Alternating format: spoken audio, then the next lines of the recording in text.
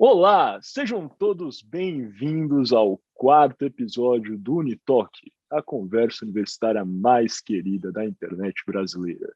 Como sempre, eu sou o seu apresentador, Miguel Galute Rodrigues. Estou aqui hoje com Maria Fernanda Schmidt Bacelli, do @mariafernanda.br no Instagram, e Renato Arthur Oliveira Melo, do @filosofarte no Instagram. Primeiro, Nanda, como é que você está hoje nesse nosso quarto episódio? Aqui uma gravação que não está sendo presencial, infelizmente, mas foi o que dava para fazer, né? E aí, pessoal, estamos aqui com várias câmeras. Hoje tá um esquema diferenciado mesmo, né? Tá profissional. O Miguel ali tá até com um fundão chique. Mas é isso, gente. Espero que seja um bom debate. É isso, ó. Tô realmente nojento aqui hoje com esse fundo institucional, canequinha. Coisa boa para vocês, rapaziada. E aí, Renato, e você, cara? Como é que você tá hoje nesse quarto episódio, cara? Tá bom? Aí tá com os livros atrás também, cara. Poucos livros, eu achei. Tá precisando aumentar aí essa biblioteca, cara. Pra que você tá com essa biblioteca enxuta aí, cara? Põe um plano de fundo, cara. Uma tela verde, fica melhor. Eu escolhi a originalidade e fiquei com tanta saudade do nosso programa ao vivo que eu trouxe até um copinho parecido com o programa. E hoje eu estou especialmente feliz, que no dia 31 de outubro, vulgo hoje, vai ser o primeiro dia que a gente, no Clube do Livro do Filosofarte, vai ler Otelo. Então eu estou achando maravilhoso. Logo em seguida daqui vai ser só sucesso para a gente. Que seja um maravilhoso debate. Prazerzão estar com vocês de novo. Boa, cara. Usou até para fazer um merchan, cara. Tudo bem, faz parte. Eu acho que é necessário. Capitalismo, faz parte. Você falando isso, cara, coisa boa. Enfim, vamos passar aqui para o nosso primeiro bloco, né, que a gente tem chamado, que na verdade é um pré-bloco, se pode chamar assim, antes do debate. Como vocês vão lembrar, os que assistiram o episódio passado, no qual nós falamos sobre... Agora eu esqueci, foi o Marco Civil da Internet, né? Exatamente, falamos sobre o Marco Civil da Internet. Esse primeiro bloco chama Linha de Fogo. Temos 5 perguntas para cada debatedor e ele funciona da seguinte forma. Cada pergunta, o debatedor vai ter 5 segundos para pensar na resposta. Se o Renato ou a Nanda não conseguir responder em 5 segundos, o outro debatedor vai ter 10 segundos a mais em um bloco que ele escolher durante o debate. Ou seja, vamos dizer que o Renato não responde uma das perguntas, a Nanda vai ter 10 segundos para alocar aonde ela quiser. No caso, passados esses 5 segundos, o Renato ou a Nanda ainda podem responder. Se eles decidirem que não querem responder, o outro debatedor vai ter 20 segundos a mais para alocar onde ele ou ela quiser. Beleza? Como quem começou da última vez foi a Nanda, né, a debater, eu quero dizer, quem vai começar dessa vez é o Renato. Dessa forma, as perguntas primeiro vão para a Nanda. Nanda, quando você estiver pronto, hein? Coisa rápida aqui. Então... Beleza. Tá, eu vou responder olhando pra cá mesmo essa, tá? O debate eu respondo pro celular, então. Fechadíssimo. Vamos lá. É o nosso cronômetro aqui. Nanda, 5 segundos. Quem é o pior ministro do STF atual? Alexandre de Moraes. Alexandre de Moraes, beleza. E quem é o melhor ministro do STF atual? Fux. Mackenzie ou São Francisco? Mackenzie.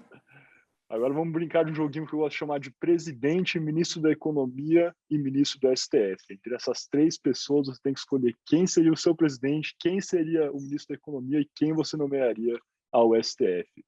Felipe Neto, Ciro Gomes e Marcelo Freixo. Vai lá. O Freixo vai para a Economia, o Ciro vai para o STF e o Felipe Neto para a presidência, é isso? Nossa, gente, é isso. Isso é justa. Qualquer coisa, só fui disparando. Fechadíssimo. É isso. Renato tá gostando disso, olha o cara. Tô me ferrando, ele tá gostando. Ciro na economia é uma boa também. Diferente pra Nanda. Enfim, quinta pergunta agora, 5 segundos, tá indo muito bem, Nanda. Se você pudesse voltar no tempo e impedir uma decisão do governo Lula, qual seria? 5 segundos. Uma decisão do governo Lula? Qualquer uma. Tá, 5 segundos eu não vou conseguir responder. Então deu tempo. Uma específica, não. Uma específica, não? Não quer responder nenhuma. Então, tranquilo, o Renato vai ter 20 segundinhos. Muito difícil isso. É muito difícil. Não é muito difícil, o problema é que é pensar em qual especificamente. Tipo, uma decisão é complicado. Vai, agora o Renato. Renato, quando você estiver pronto, só me avisar, cara, que daí a gente começa. Manda o brasa. Beleza, então 5 segundinhos, Renato. Qual sistema é melhor, presidencialismo ou parlamentarismo, cara? Parlamentarismo. Parlamentarismo. Quem faz mais falta no plenário do Supremo, Celso de Mello ou Marco Aurélio? Marco Aurélio. Marco Aurélio. Qual é melhor, BBB ou A Fazenda? BBB de longe. Beleza, agora fale um ponto positivo da política econômica do Bolsonaro. Política econômica, a infraestrutura, Ministério da Infraestrutura economicamente muito bem. Ok, Ministério da Infraestrutura. E agora a quinta e última pergunta. Mês passado, você declarou que o Getúlio Vargas foi o melhor presidente da história do Brasil. Cite um ponto negativo de seus governos. Nossa, com certeza autoritarismo, né? Autoritarismo ali no Estado Novo. Caramba, e ele era o melhor presidente para você e você está falando que ele era autoritário. Complicado. Pois essa é, situação é porque a situação do Brasil é tão difícil que a gente tem que fazer vista grossa para umas coisas, né? Tá. Complicado. Entendi, cara. Entendi. Beleza, então ficou assim, o Renato conseguiu responder todas. A Nanda não respondeu a última só do governo Lula. Renato, você vai ter 20 segundos para alocar onde você quiser. Lembrando que você tem que escolher agora se você vai querer alocar em um dos blocos. Qual bloco você vai querer, cara? E não pode dividir o seu tempo, né? 20 segundos em um bloco somente. Ia perguntar agora se eu podia dividir meu tempo. Não pode. Mas então eu vou querer colocar na réplica, por favor. Na réplica. Então você vai ter 2 minutos e 50 na réplica ao invés de 2 minutos e 30. Falar pra caramba na réplica. É isso, coisa boa.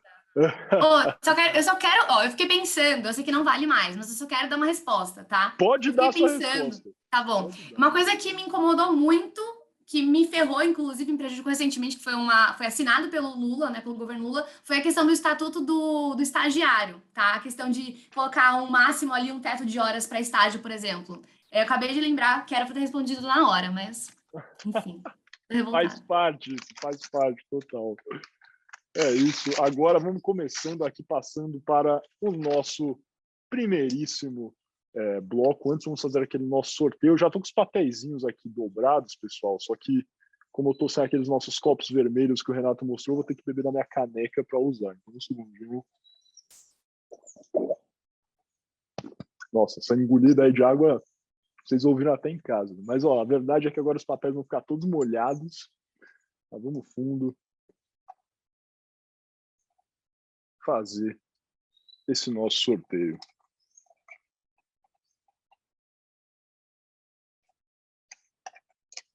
Uma secada, amiga, aqui.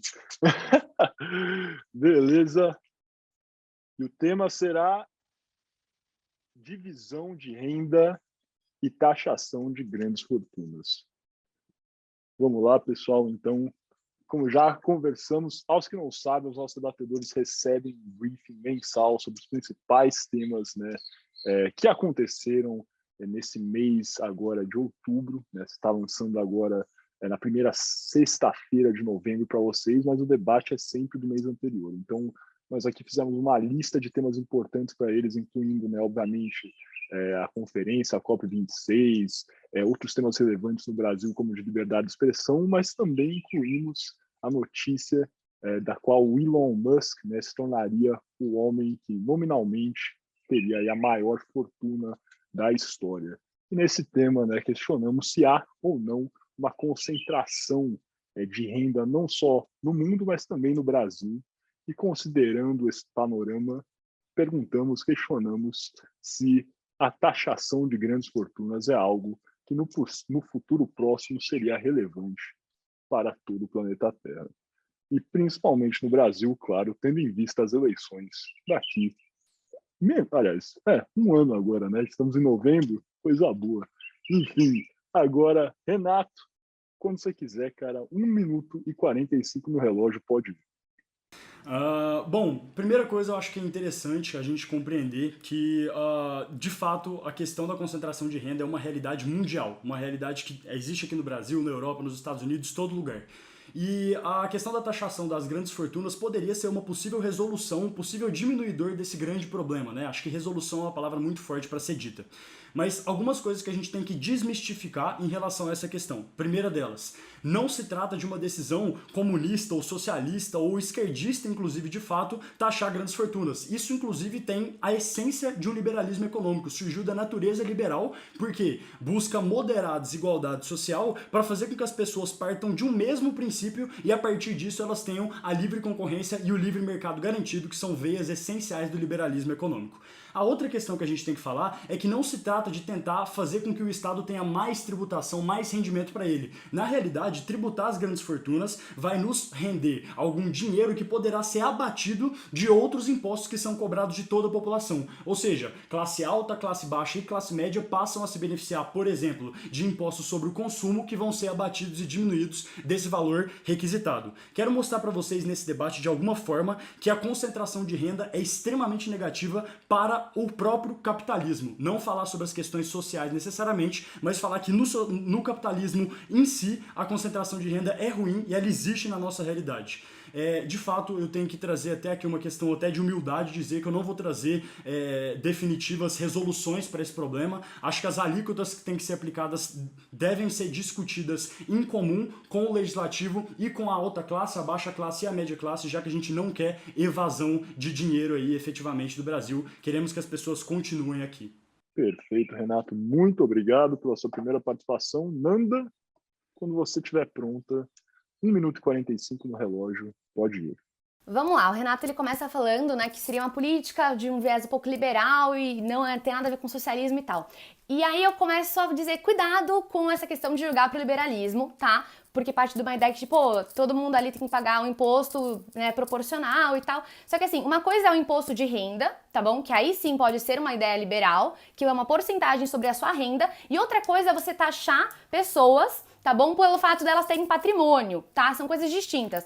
A gente, quando fala desse tipo de política, que é uma política tributária, assim, tomar cuidado para ter uma visão e uma análise macro e micro ao mesmo tempo. Porque tem muito político demagogo que vai trazer isso como pauta para resolver os problemas da desigualdade econômica. Lembrando que desigualdade econômica por si não é um problema. Eu não enxergo a desigualdade como um problema. Eu enxergo a pobreza e a miséria como um problema, um impasse que dá, sim, para ser resolvido por um Estado liberal, que siga ali mais ou menos a vertente da escola de Chicago, que são as políticas públicas para ajudar ali nos impasses do capitalismo, tá?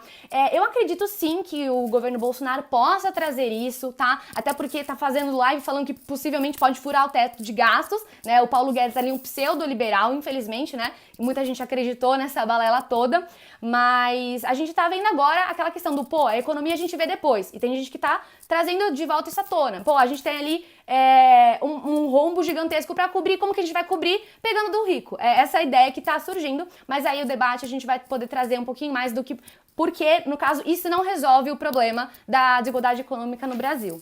Fernanda, muito obrigado. Nem precisou do meu aviso, terminou certinho, faltando aí 10 segundos, coisa boa. Renato aí que sempre se evade, né, cara? O cara não tem respeito pelo tempo de ninguém. Mas é isso. Brincadeiras à parte. Vamos passando então para a nossa réplica. Agora, Renato, você escolheu usar os seus 20 segundinhos, né, da nossa linha de fogo nesse bloco. Então você vai ter 2 minutos e 50 segundos para concluir a sua réplica. Quando você quiser, pode começar, cara. Maravilha, então, pessoal. O que é importante a gente entender aqui é que, de fato, a desigualdade social é algo que está presente no modo estrutural econômico capitalista. Mas a desigualdade social em grandes quantidades gera pobreza, gera miséria, e isso definitivamente é um problema que existe na nossa sociedade atual, na sociedade brasileira.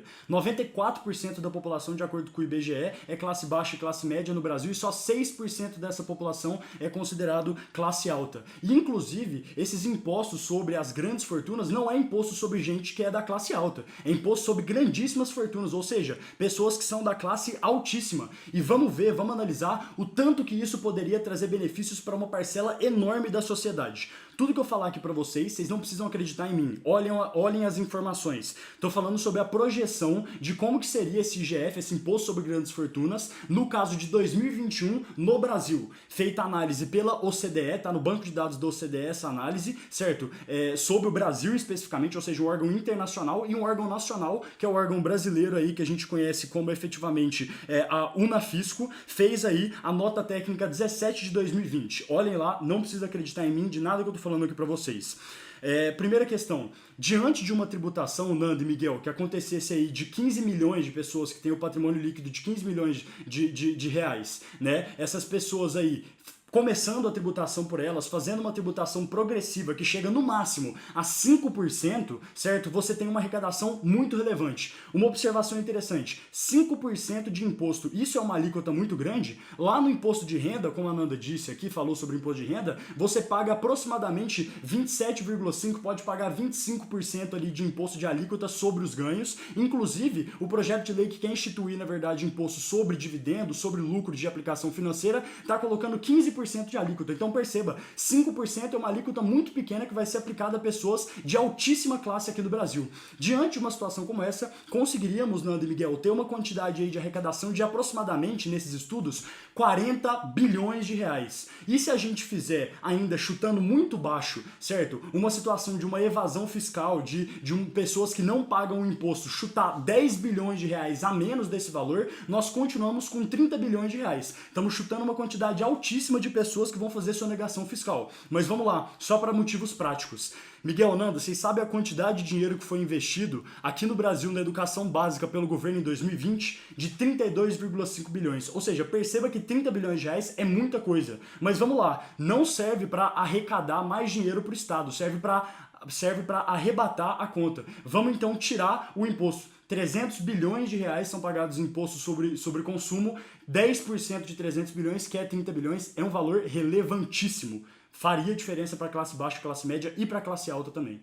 Muito obrigado, Renato. Nanda, agora quando você quiser, 2 minutos e 30 no relógio para a sua réplica. Bom, eu quero rebater esse dado trazido pelo Renato com outro dado, tá? Foi feito um levantamento pela consultoria do Senado lá em 2015, tá bom? A pedido de uma senadora do PT, inclusive. E eles fizeram ali, né, mais ou menos uma estimativa de quanto seria arrecadado com o imposto sobre grandes fortunas. A estimativa seria de 6 bilhões de reais para a União, tá? Primeiro que seria um imposto federal. E, gente, assim, se for falar imposto, que não fale de imposto federal, porque, assim, o repasse da União para os estados e para os municípios é algo péssimo, né? Se for falar de imposto, ainda fala de imposto regional, que é menos pior, diremos assim, né? Porque fica preso tudo em Brasília. Mas, 6 bilhões de reais seria levantado. E aí, quando a gente pensa em rombo aqui no Brasil, nosso rombo de 2021 supera 280 bilhões. Então, o que seria esses 6 bilhões comparado a esse rombo de 280 que a gente tem aqui no Brasil, sabe? Então, assim, se a gente pega, por exemplo, alguns países como Estados Unidos, Austrália, Itália, Reino Unido, eles usam a justificativa de que eles não querem adotar esse tipo de taxação no país deles por conta do alto índice, tá bom? De custo operacional mesmo. Ou seja, administrativamente, toda essa burocracia para arrecadar essa grana é muito custosa. Não é fácil arrecadar dinheiro, tá? A forma mais fácil de arrecadar dinheiro seria através do ICMS, que é sobre consumo e serviço, tá? Que aí é o imposto estadual. E a outra justificativa trazida por eles também é que apresenta uma baixa participação na arrecadação, que é o que eu falei pra vocês. A gente tem um rombo que ultrapassa 280, sendo que a gente conseguiria arrecadar só 6, entendeu? E então, cadê as contas não batem, não tem como isso ser a solução do problema. Pelo contrário, eu vou falar mais pra frente das consequências que são bem piores. E aí eu pergunto aqui, passo a bola pro Renato e te questiono, né? De acordo com a OCDE, dados aqui de 1990, contavam com 12 países ali que faziam parte dessa política de tributação. Apenas hoje, em 2017, 3 mantêm esse tipo de política, esse tipo de taxação. Por que, Renato? Se é tão bom assim, se resolve tantos problemas, por que os países, de acordo com a OCDE, estão deixando de taxar as grandes fortunas?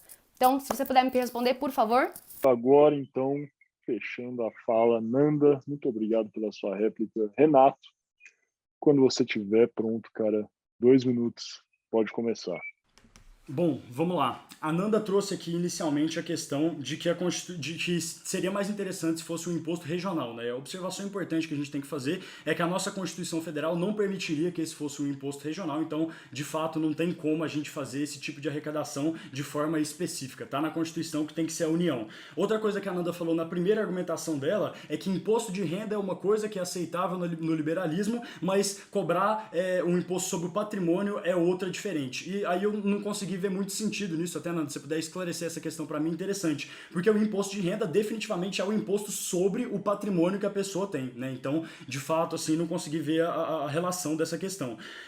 Uma questão que a gente tem que falar aqui é que os gastos burocráticos, pelo menos aqui no Brasil, para fazer essa arrecadação seriam muito simples. Eu trabalhei durante 1 ano e meio da minha vida como estagiário no setor de planejamento sucessório, e a gente trabalhava muito com o fisco, muito com a Receita Federal, e a Receita Federal tem procedimentos simples, feitos totalmente online hoje, que poderiam arrecadar essa quantidade desse valor de uma forma sem custo administrativo complexo e arrecadando sempre ali no final do ano. Muito simples, tranquilo da gente fazer. Observação importante para a gente entender é que esse de fato é um problema que tem que ser resolvido, porque, cara, só você pegar, por exemplo, a Unafisco, que percebeu que 0,1% das pessoas mais ricas no Brasil hoje tem 30% da riqueza nacional. 1%, de acordo com o Credit Suisse, da população mais rica do Brasil possui 50% da riqueza do Brasil. Gente, isso aqui não tá certo. No capitalismo, isso é negativo. Vamos pensar na essência do empreendedorismo. O empreendedorismo é a coisa mais bela que existe dentro do capitalismo, onde a pessoa pode criar um próprio negócio para resolver problemas da sociedade e assim arrecadar dinheiro com essa questão.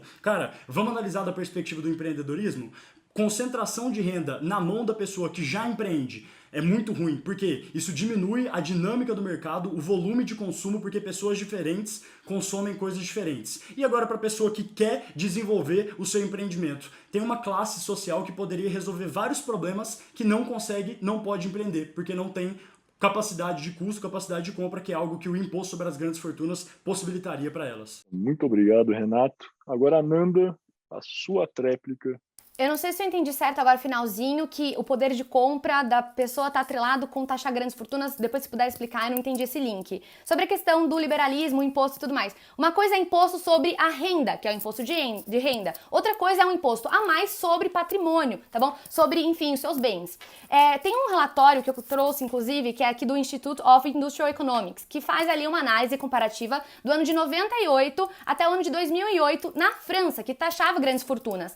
Olha só, título de curiosidade, que coisa surpreendente. 1,1 trilhão de patrimônio fugiu do país. Por quê? Porque começou a taxar grandes fortunas. Rico pode, ele tem esse privilégio de se quiser, cara, colocar o patrimônio dele em outro lugar. Seja em paraíso fiscal, seja em outro lugar. Ele não tá aqui pra prender dinheiro. Entendeu? Diferente do pobre, que coitado nem patrimônio tem direito. Então não consegue esconder o patrimônio do Estado. E se quiser ainda, vai colocar o patrimônio dele lá na poupança pra vir um Collor da vida e confiscar sua grana. Aí você se ferra. Então, assim, com a eleição do Macron em 2018, ele revisou isso, tá? E aí ele começou uma taxação apenas sobre os imóveis especificamente. Então, o movimento do mundo vamos abandonar essa política porque ela não dá certo. Ela tira os empreendedores do país, ela tira as grandes empresas do país, diminuindo assim, portanto, o emprego, né? Consequentemente, aumentando o desemprego. Então, assim, a minha ideia, a minha proposta para acabar ou diminuir essa desigualdade, ela seria no sentido de que, poxa, vamos fazer uma reforma tributária, tudo bem, mas uma reforma administrativa que acabe com os privilégios da elite do funcionalismo público, porque, cara, um país, que é um país como o Brasil, que tá passando por um baita de uma questão econômica, uma crise econômica, com ali aumentando fundo eleitoral para 2 bilhões, Bolsonaro gastando mais 5 milhões com cartão corporativo, recorde em gastos, mais de 3 milhões em passeata, em motociata. Você acha que isso é algo assim, gente, parece que não é outra realidade. É outra realidade. Por que não corta essa elite do funcionalismo público, esse privilégio? Deu tempo, né? Tudo bem. Depois 10 segundos ainda. Tá bom, então rapidão. A minha questão aqui, pessoal, por exemplo, tem juiz que, além de receber o salário de 40 mil reais, ainda recebe auxílio livro. Sendo que tem escola, minha mãe é professora estadual, que nem tem material. Então, esse é um dos primeiros passos para você combater essa desigualdade. A Nanda aí que lembrou de paraísos fiscais, agora puxando a sardinha pro lado do Poder 360 de novo, vocês acompanharam nesse mês a nossa cobertura do Pandora Papers, né? Os que não acompanharam, dêem uma olhada lá na nossa home aqui, ó, apontando direitinho aí, coisa boa, que foi um dos temas do briefing também. Teve um debate, uma coisa certa entre os dois aí, mas achamos por melhor fechar nesse tema. Quem sabe no futuro vamos entrar mais nesse tema de offshores, paraísos fiscais, que os dois aparentemente já estão muito bem versados. Mas agora não é a hora disso, talvez, a não ser que o Renato queira falar, claro. Mas temos aí 1 minuto e 45 de quadrúplica. Renato, quando você quiser, cara, pode começar. Tem muita coisa aqui para falar, a Nanda me ajudou aí, falou para realmente eu explicar direitinho o que eu quis dizer com essa questão do poder de compra. Quando você aplica imposto, por exemplo, Nanda, sobre grandes fortunas, isso possibilita que você abata outras taxas de imposto que são aplicadas a todas as classes. Então, classes baixas e classes médias passariam a ter uma quantidade menor de imposto para pagar e teriam maior poder de compra, maior poder de gasto para empreender e para consumir, por exemplo, do mercado já presente no Brasil.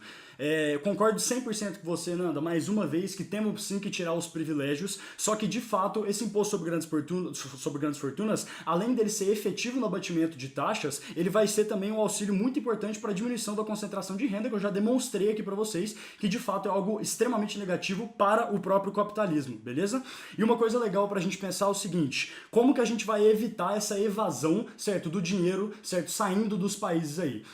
Uma análise que é feita pela grande maioria dos economistas é a seguinte: taxação de grandes fortunas não funcionou em alguns lugares da Europa em determinados períodos. Por quê? Simplesmente porque a Europa tem uma interação muito grande dentro dela mesma por causa da estrutura da União Europeia e isso fazia com que as pessoas tivessem facilidade para fazer evasão desse dinheiro. No Brasil, nos Estados Unidos, não existe essa grande possibilidade, ou seja, a evasão seria muito menor e seria unlikely, né? Talvez assim, alguma coisa que não aconteceria.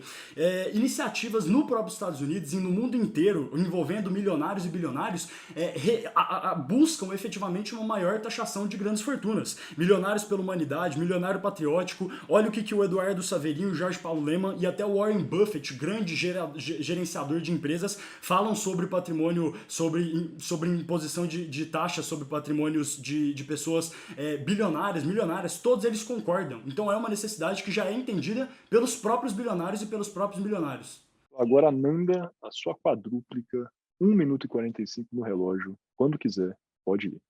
Eu queria que o Renato me mostrasse como que ele tem essa garantia de que, poxa, com o imposto agora sobre grandes fortunas, consequentemente o ICMS vai abaixar, porque eu não vi isso daí em lugar nenhum país aconteceu esse tipo de coisa. Pelo contrário, tá? Ele trouxe o exemplo da Europa, então vamos olhar aqui um pouquinho mais próximo para os nossos vizinhos aqui na América do Sul. Se a gente pegar recentemente, pessoal, na pandemia mesmo, tá bom? A gente teve ali o governo socialista argentino, tá bom? Que começou a taxar grandes fortunas na pandemia por conta das políticas assistencialistas, eles não estavam dando conta, né, do populismo, de tentar ficar com o estado inchado, eles falam, então vamos apelar pra quem tem grana, vamos apelar pra galera que produz, vamos apelar pra galera que emprega, vamos apelar pros ricos. Começaram a apelar pros ricos. Mais de 30 mil pessoas saíram, fugiram da Argentina e foram pra onde? Foram pro Uruguai. Por que foram pro Uruguai? Porque o Uruguai falou, olha, se vocês quiserem colocar a sede de vocês, da empresa de vocês aqui no meu país, eu vou fazer uma série de isenção pra vocês e vocês vão conseguir trazer empregos pra minha população, consequentemente vocês vão ser muito bem-vindos aqui. E é isso que tá acontecendo. Geral tá saindo da Argentina, e lá na Argentina estão procurando frango, tá tipo Venezuela, tá tipo Cuba, estão procurando comida. Não tem o que fazer, entendeu, gente? Então essa é a prática. A gente tem que seguir o que mais ou menos o Milton Friedman, Nobel em Economia, dizia. Você tem que olhar pra uma política pública não pela intenção dela. A intenção do Renato eu sei que é uma das melhores, mas pelas consequências. A consequência é que tem gente fugindo do país que faz isso. E é assim que funciona. Ai, tem mais um tempinho, gente, vamos continuar. Eu acredito que a galera que consuma aqui o Poder 360 é uma galera mais rebuscada, não deve consumir Felipe Neto, nem o Felipe Castanhari lá, essa gente. Mas pessoas como eles são pessoas que falam, defendem a taxação sobre grandes fortunas, eles se colocam como não ricos, sendo que no Brasil 10% dos mais ricos recebem em média de 6 mil reais, tá? De acordo com o IBGE de 2017. Eles fazem umas comparações, tipo, gente, sem pé nem cabeça. Felipe Neto, no caso, fala aí da riqueza alheia, tá? Critica a riqueza alheia, mas o cara fala assim, vamos criticar o acúmulo de riquezas dos outros, mas o cara tem ali Porsche, o cara tem jatinho, tudo mais. Então é isso que acontece, as pessoas jogam pra população, vamos taxar os ricos, mas eles não querem ser taxados, né? Então cadê a congruência? Até deixei você se estender um pouco mais para fechar, Valeu. mas tranquilo. Renato, como você quiser, agora eu deixo você se estender um pouquinho mais também para compensar, cara, mas vamos lá, em tese, 1 minuto e 45 no relógio para sua quadrúplica, cara. Pode ir. Show de bola. Eu acho que o que a gente tem que falar aqui é que finalmente eu vou aí conseguir responder a Nanda em relação aos outros países, né? Vamos lá.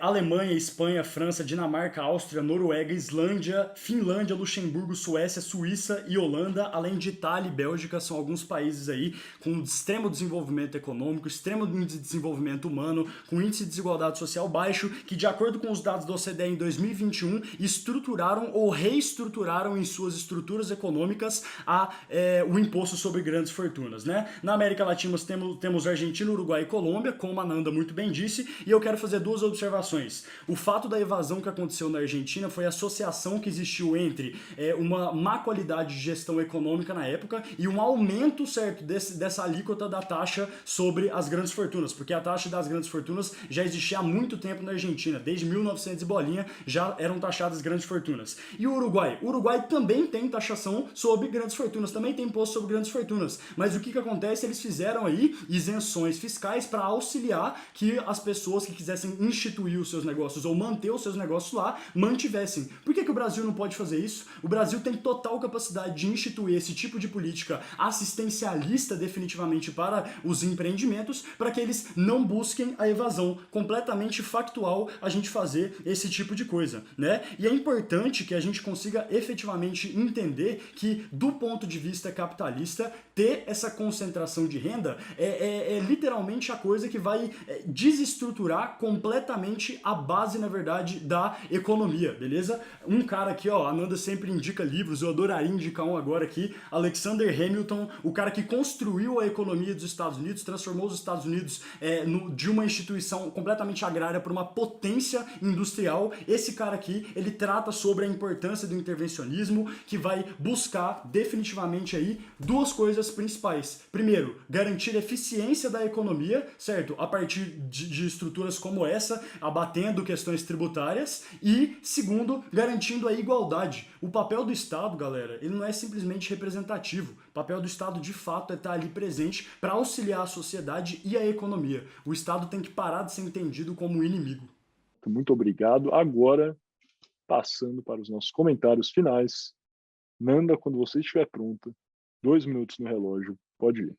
Bom, você comparou o Brasil com a Europa, obviamente, né, tem as diferenças claras, mas eu quero até te recomendar Raízes do Brasil, também O Povo Brasileiro, são 2 livros muito importantes pra gente estar lendo aqui. A questão é, que acho que é o checkmate aqui do meu argumento, é uma pesquisa, tá bom, do economista Ricardo Paes de Barros, enfim, professor do INSPER, vocês já devem ter ouvido falar, que ele é super respeitado na área social, principalmente. Ele fez um levantamento, tá bom, baseado no índice Gini, tá, que é o índice que mede ali a questão da desigualdade social. De um lado, ele fez o comparativo nos últimos 10 anos da iniciativa privada, em termos de desigualdade social, e do outro lado, da iniciativa pública. De um lado, pessoal, da iniciativa privada, ele viu, poxa, se eu comparar dos 10 anos daqui para anteriores, ele percebeu que houve uma diminuição na desigualdade social na iniciativa privada, diferentemente da parte do funcionalismo público, que vem aumentando a desigualdade social por conta da elite do funcionalismo público, tá? Então, vocês sabem, só para ter uma noção, de tudo de curiosidade que é legal também, sabe quais são as profissões mais bem pagas no Brasil?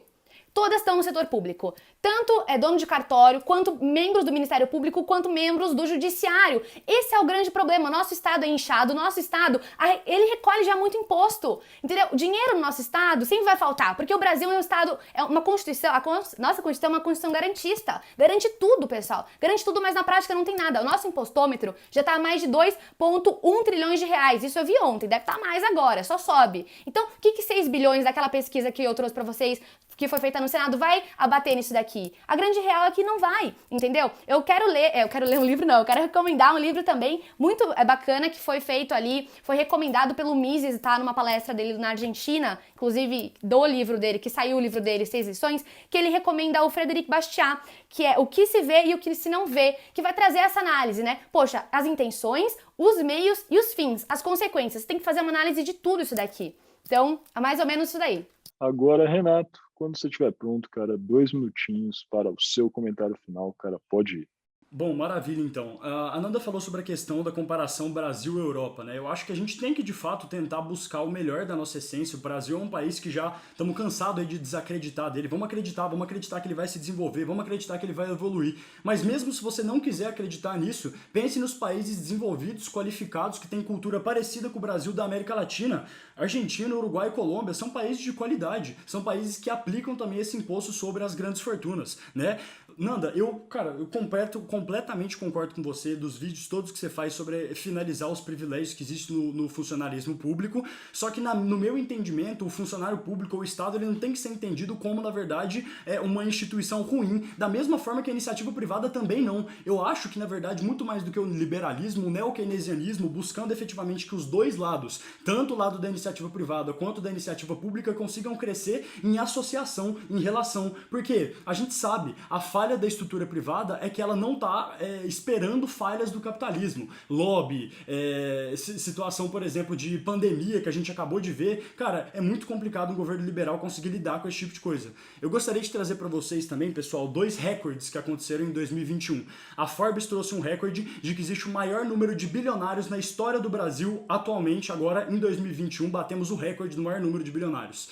E o outro recorde que eu quero trazer para vocês é o recorde de fome do Brasil. Mais de 10% da população brasileira nessa pandemia, em 2021, nesse mesmo período, passou fome. Se você pega um dado, o dado da Forbes, e o dado da questão da fome do Brasil, 10% da população é muita gente, coloca um do lado do outro. Você não se incomoda. Se você acha que essa desigualdade que ela não é complexa, ela não é uma questão ruim para a sociedade como um todo e para a humanidade como um todo, cara, a gente não tem que ter uma discussão aqui sobre taxação, a gente não tem que ter uma discussão sobre ideologia, a gente tem que ter uma discussão sobre moral, sobre até onde vai a sua empatia e até onde vai, certo, os problemas que existem nessa patologia social da gente simplesmente não estar absolutamente nem aí para a vida do outro. 10%, gente, e recorde de bilionário, vamos lá.